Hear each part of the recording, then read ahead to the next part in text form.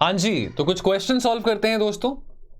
ये क्वेश्चंस आज के इस वीडियो में, आज के इस प्रीमिक्स में हम देखेंगे जो कि सीएपीएफ और सीडीएस के पेपर में आए थे रिसेंटली। शुरू करने से पहले आपको एक जरूरी इंफॉर्मेशन देना चाहता हूं, वो है हमारे एसए कोर्स के बारे। प्रीलिम्स खत्म करने के बाद बहुत सारे बच्चे तलाश करेंगे मेंस के कोर्सेज के लिए, और उसमें से एक एसए की बात करें, बहुत इंपॉर्टेंट कंपोनेंट बनता है, 250 नंबर का आता है। आफ्टर ऑल एसए इग्नोर नहीं किया जा सकता। तो एसए के कोर्स की बात करूं तो मैं पर्सनली इस कोर्स को लीड करूंगा। मैं पर्सनली इस कोर्स में मेंटरशिप प्रोवाइड करूंगा उन बच्चों को जो कि इच्छुक हैं, जो कि कीन हैं एसए के कोर्स का पार्ट बनने के लिए।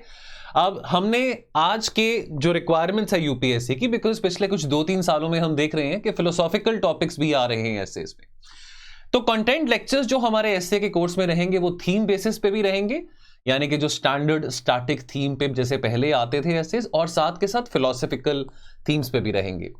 पर्सनल मेंटरशिप मेरे द्वारा आपको मिली जाएगी। एसए को कैसे स्ट्रक्चर करना है, कैसे एसए को लिखना है, कैसे मार्क्स अच्छे लेके आने हैं। We will ensure that you will get good marks in SA, because SA में अच्छे मार्क्स आने से आपका रैंक भी बहुत बढ़ सकता है। तो वी विल इंश्योर कि कैसे आपको 140 प्लस मार्क्स हम दिला सकें एसए में। साथ ही साथ आपके एसए को इवैल्यूएट किया जाएगा। साथ ही साथ आपको हर एक एसए का एक साइनॉप्सिस दिया जाएगा कि आप उस एसए को कैसे अप्रोच कर सकते थे, यानी कि एक मॉडल एसए साइनॉप्सिस आपको मिलेगा।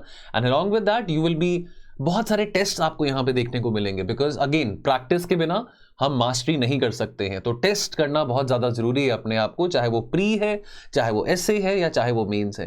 तो 3 एसए के फुल लेंथ टेस्ट भी आपको यहाँ पे आपको देखने को मिलेंगे, एंड सेक्शनल एसए के टेस्ट भी आपको यहाँ पे देखने को मिलेंगे इस कोर्स में। हमारे टोल फ्री नंबर पे कॉल करके इस कोर्स के बारे और इंफॉर्मेशन ले सकते हैं। चलो क्वेश्चन को नजर मारते हैं। यहां पे क्वेश्चन में पूछा जा रहा है मिराज, तेजस, लाइट कॉम्बैट एयरक्राफ्ट तेजस और रफाल के बारे। तीनों स्टेटमेंट्स में से आपको कौन सी सही लग रही है, यहां पे पॉज कर सकते हैं क्वेश्चन को, मैं स्टेटमेंट्स को रिपीट नहीं करूंगा। क्या आपको सही आंसर लग रहा है? बाय द वे, हालांकि चलो ये क्वेश्चन सीएपीएफ और सीडीएस के, बट जो भी आपका सही से है ना, सही से स्कोर बताना, क्या क्या आपका स्कोर बन रहा है वो कमेंट सेक्शन में बताना। देखिए इसमें सही आंसर है ऑप्शन बी, यानी कि 2 ओनली। जो मिराज है, मिराज 2000, देखिए ये एक सिंगल इंजन है, ट्विन इंजन नहीं है, single engine 4th generation jet है, जो कि फ्रांस की कंपनी दसॉल्ट एविएशन के द्वारा मैन्युफैक्चर किया गया था। ये ऑपरेशनल है। This has been operational this has been in use by the French air force since the last 40 years. Tejas की बात करें, हिंदुस्तान एरोनॉटिकल लिमिटेड के द्वारा ये जो तेजस जो लाइट कॉम्बैट एयरक्राफ्ट बनाया गया है, इसमें सिंगल इंजन आता है, और डेल्टा विंग यानी कि ट्रायंगुलर शेप, डेल्टा विंग यानी कि ट्रायंगुलर शेप में होना। तो ये delta wing light multi role fighter है। इनफैक्ट जो आइडिया था लाइट कॉम्बैट फाइटर एयरक्राफ्ट को बनाने का, ये 1980s में आइडिया आता है, जब उस वक्त सोचा जाता है कि जो एजिंग फ्लीट है ऑफ द रशियन MiG-21, उसको रिप्लेस करने के लिए क्यों नहीं भारत में ही हम लाइट कॉम्बैट एयरक्राफ्ट यहां पे बनाते। नाम तेजस का ऑफिशियली 2003 में दिया गया था, लाइट कॉम्बैट एयरक्राफ्ट तेजस। और जहां तक हम रफाल की बात करें, तो रफाल जो है, आपको यह बात पता हो कि इसका ओमनी रोल है, यानी कि यानी कि इसके मल्टीपल डायमेंशंस, अगर इसकी रोल की बात करें तो चाहे वो परफॉर्मिंग एयर सुप्रीमेसी है, चाहे वो एरियल रिकॉनेसेंस की बात हो, चाहे वो ग्राउंड सपोर्ट की बात हो, इन डेप्थ स्ट्राइक की बात हो, किसी भी फाइटर पायलट के लिए बहुत बड़ा सपना होता है रफाल फाइटर जेट को उड़ाना। यह पता हो कि ये ट्विन इंजन है ये भी फ्रांस का, यानी कि ये भी फ्रेंच ओरिजिन का है, ये भी फ्रेंच की कंपनी दसॉल्ट एविएशन के द्वारा मैन्युफैक्चर किया जाता है। ये ट्विन इंजन है, ये आपको पता हो। ओमनी रोल है, ये हाइपरसोनिक नहीं है, ओमनी रोल एयरक्राफ्ट है जो कि दसॉल्ट के द्वारा मैन्युफैक्चर करा गया है। तो ओमनी रोल एयरक्राफ्ट यानी कि इसमें कैपेबिलिटी है to carry out different complicated combat assignments. ठीक है, चलिए यहां पे इमेज देख सकते हैं, ट्रायंगुलर शेप में है, डेल्टा शेप में है, light combat aircraft Tejas. Now very easy question, Kinzhal missile के बारे में पूछा जा रहा है। इन क्वेश्चन में कहा जा रहा है कि ये न्यूक्लियर केपेबल हाइपरसोनिक मिसाइल है। कौन से देश, this belongs to which of the following countries? The answer is C, Russia Ukraine war में किंजल मिसाइल के बारे आपने पढ़ा होगा करंट अफेयर्स में। नेटो का जो नॉमेनक्लेचर में इस मिसाइल का नाम किलजॉय मिसाइल है। ठीक है, तो ये Russian hypersonic air launch ballistic missile है। क्लेम किया जाता है कि इसकी जो रेंज है वो 2000 किलोमीटर तक की है, मैक 10 की स्पीड पे।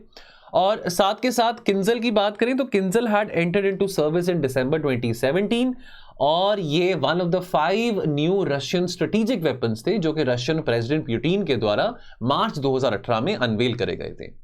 Again a very easy question, Bharat का किस देश के साथ सेपा अग्रीमेंट साइन किया गया है?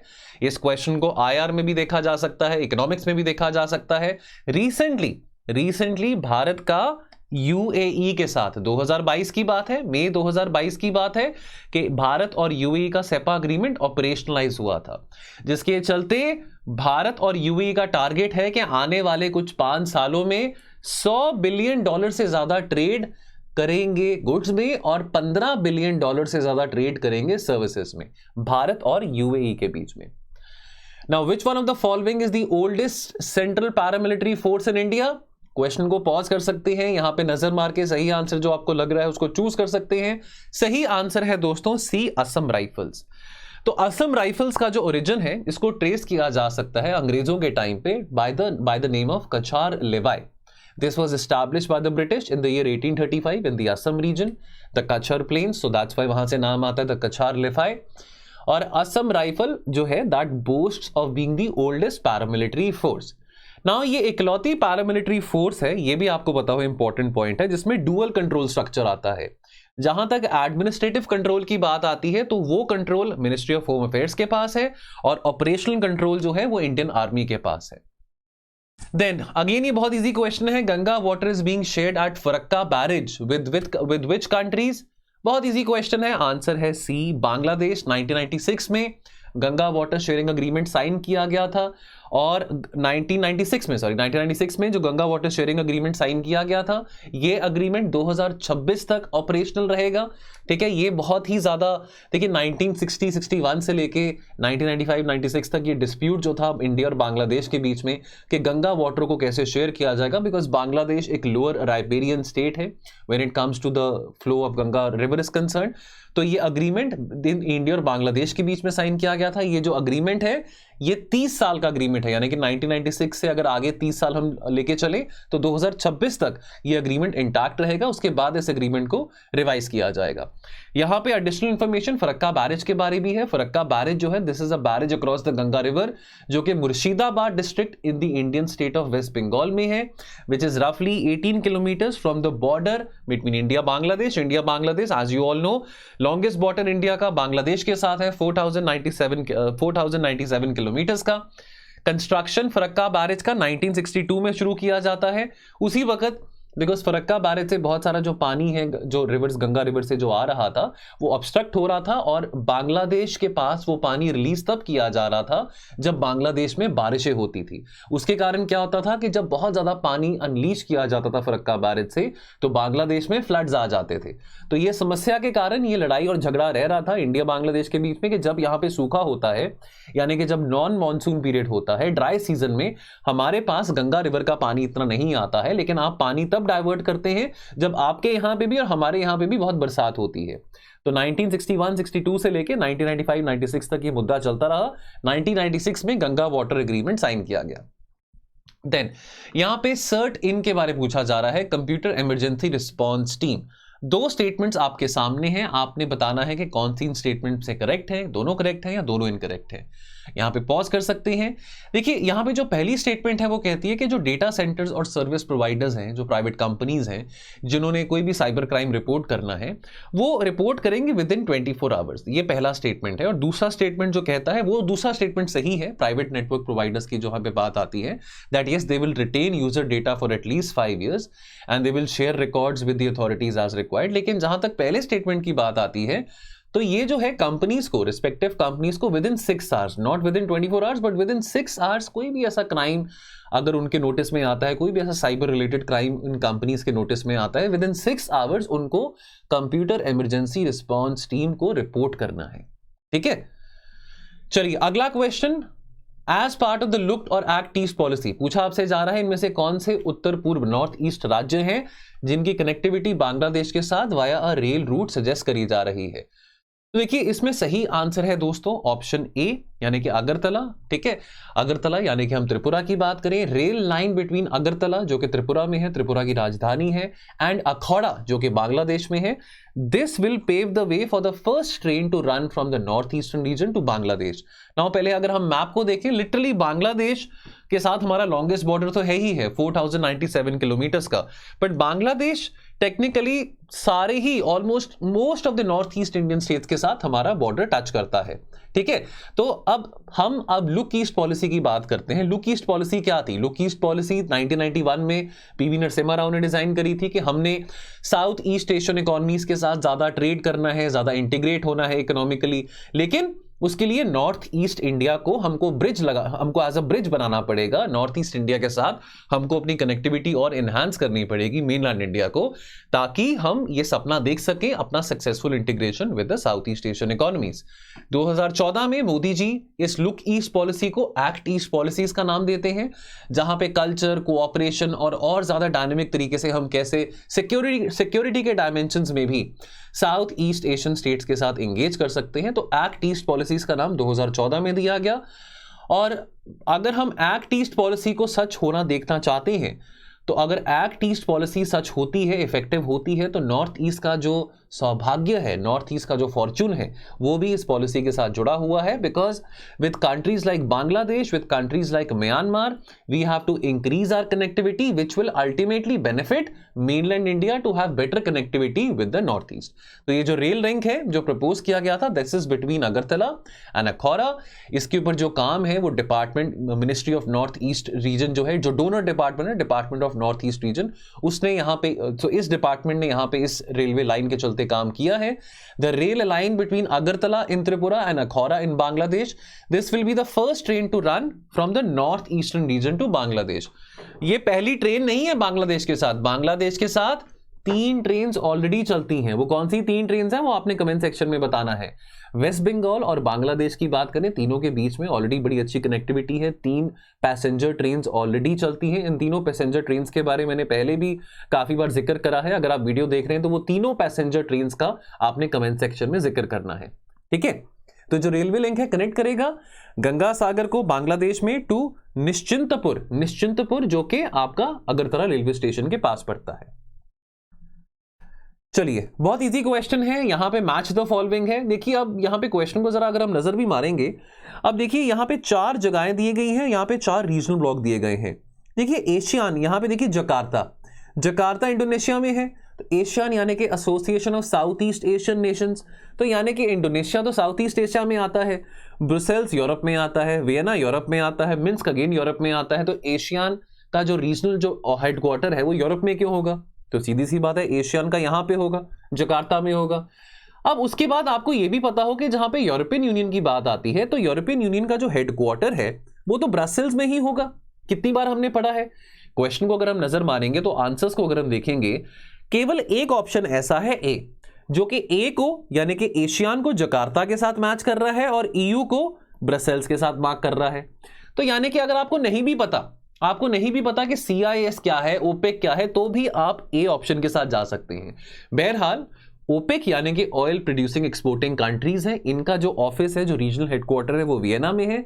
वियना कहां पे है? ऑस्ट्रिया में। और CIS क्या है? CIS कॉमनवेल्थ इंडिपेंडेंट स्टेट्स, 1991 में डिसइंटीग्रेशन ऑफ USSR के बाद CIS बना था। और CIS का जो हेडक्वार्टर्स है वो कहां पे है? मिन्स्क में। मिन्स्क क्या है? बेलारूस की राजधानी है। ठीक है, बेलारूस की राजधानी है। देन अगला सवाल BRO के बारे में बात कर रहा है, बॉर्डर रोड ऑर्गेनाइजेशन। क्वेश्चन को नजर मार सकते हैं, यहां पे पॉज करके आपको अंदाजा हो जाएगा कि आपको क्या सही आंसर लगता है। देखिए दोनों ही स्टेटमेंट्स करेक्ट है। बॉर्डर रोड ऑर्गेनाइजेशन जो है ये स्टैच्यूटरी बॉडी है under the ownership of ministry of defence, government of India. तो BRO डेवलप करता है और रोड नेटवर्क को मेंटेन करता है भारत के बॉर्डर एरियाज में और साथ के साथ फ्रेंडली नेबरिंग कंट्रीज में। ठीक है, तो फ्रेंडली नेबरिंग कंट्रीज की जहां पे बात आती है तो अफगानिस्तान, भूटान, म्यांमार, तजिकिस्तान, श्रीलंका, ये कंट्रीज आती हैं। और as far as the maintaining of the roads and highways is concern in India, तो बॉर्डर रोड ऑर्गेनाइजेशन का जो इंफ्रास्ट्रक्चर ऑपरेशन है वो 19 राज्यों में और 3 यूटीज में है। तीनों यूटीज में including Andaman Nicobar islands also. Again a very easy question, इनमें से कौन से देश नेटो का हिस्सा नहीं है? देखिए दोस्तों, तुर्की तो नेटो का है ही है। मैंने रिसेंटली एक शॉर्ट बनाया था जहां पे मैंने ये कहा था कि second largest standing army NATO में कौन से देश के पास है? वो तुर्की के पास है। हंगरी, पोलैंड ये भी है। बेलारूस रशिया का चमचा है, रशिया का बहुत बड़ा चेला है। बेलारूस ये नेटो में नहीं है, ठीक है।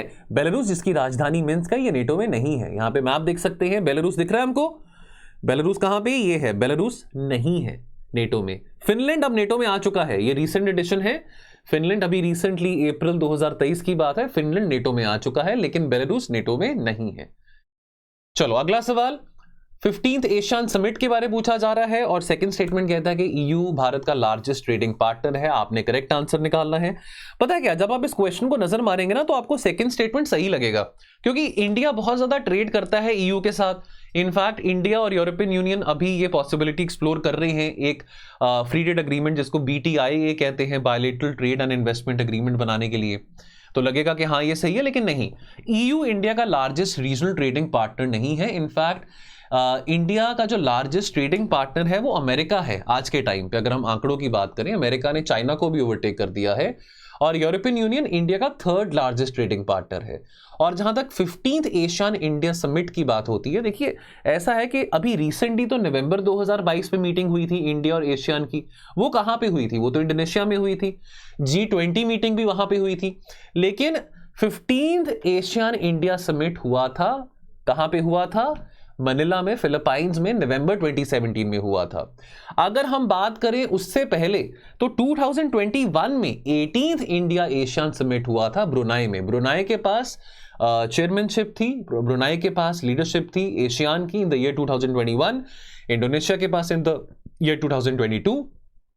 द ईयर 2022 आपको यह भी पता हो कि इंडिया और एशियन के संबंध को 30 साल कंप्लीट हो चुके थे। 30 साल of the bilateral ties between India and ASEAN. So India ASEAN friendship year declare किया गया था 2022, ठीक है। चलिए उसके बाद again very easy question, BIMSTEC initiative यानी कि bay of Bengal initiative for multi sectoral technical and economic cooperation, इसमें से कौन से वो देश हैं जो कि बिम्स्टेक का पार्ट है? वेरी इजी, ये ऑप्शन बी। तो बिम्स्टेक में 5 साउथ एशियन कंट्रीज आती हैं और 2 साउथ ईस्ट एशियन कंट्रीज आती हैं। बांग्लादेश, भूटान, नेपाल, इंडिया, श्रीलंका, ये होगी 5 साउथ एशियन कंट्रीज और 2 south east Asian countries, Thailand और म्यांमार, ठीक है। बिम्स्टेक की स्थापना 1997 में करी गई थी अंडर द बैंकॉक डिक्लेरेशन, ठीक है। ये आपको बात पता हो। और बिम्स्टेक को बने को अब 26 साल हो चुके हैं। Again a very easy question, Bharat की G20 प्रेसिडेंसी की जो थीम है वसुधैव कुटुंबकम, one earth one family one future, ये कहां से ड्रॉ किया गया है? वेरी इजी क्वेश्चन, महा उपनिषद से ड्रॉ करा गया है। एक वीडियो है, बहुत वायरल हुआ था हमारे चैनल पे, trick to remember G20 country sleepy classes. अगर आप सर्च करेंगे तो वहां पे ये वीडियो आपको मिलेगा। वहां पे भी मैंने इस वीडियो में भी काफी बातें G20 से संबंधित करी हैं। बहुत सारे बच्चों ने वो वीडियो देखा है, अगर आपने नहीं देखा तो जरूर देखना एग्जाम से पहले अगर आपको टाइम मिलता है।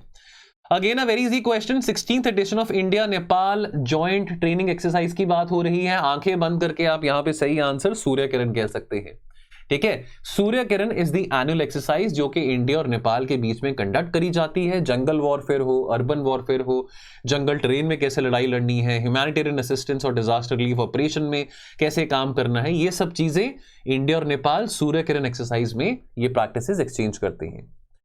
देन यहां पे पूछा जा रहा है कि इसमें से कौन से स्टेटमेंट्स वासेनार अरेंजमेंट से इनकरेक्ट है, यानी कि amongst these 4 statements which one of the following is incorrect regarding the Wassenaar arrangement.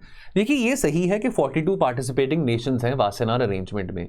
India के पास 2023 में चेयरमैनशिप है, ये भी सही है। इससे पहले जो चेयरमैनशिप थी वो आयरलैंड के पास थी, ये भी सही है कि इंडिया ने इस अग्रीमेंट को 2017 में ज्वाइन किया था। ये स्टेटमेंट गलत है कि it is form primarily as a nuclear weapon of overseer, नहीं। तो ये आपको पता हो कि मैंने आयरलैंड बोला, आयरलैंड ने हैंड ओवर किया chairmanship to India as far as the Wassenaar arrangement is concern. तो यानी कि ये जो साल है 2023, ये साल चेयरमैनशिप वासेनार अरेंजमेंट की भारत में होगी। ये वॉलंटरी एक्सपोर्ट कंट्रोल रजीम है। इसका मकसद क्या है? ये वासेनार अरेंजमेंट इस्टेब्लिश करा गया था जुलाई 1996 में। वासेनार एक जगह है नेदरलैंड्स में, ये हमको पता हो, 42 मेंबर्स हैं। इंडिया वासेनार अरेंजमेंट में 2017 में आया था। इसका मकसद क्या है? इसका मकसद ये है डुअल यूज टेक्नोलॉजी। अब देखिए, न्यूक्लियर वेपन्स की जहां पे बात होती है वहां पे न्यूक्लियर एनर्जी की भी बात होती है फॉर सिविलियन पर्पसेस।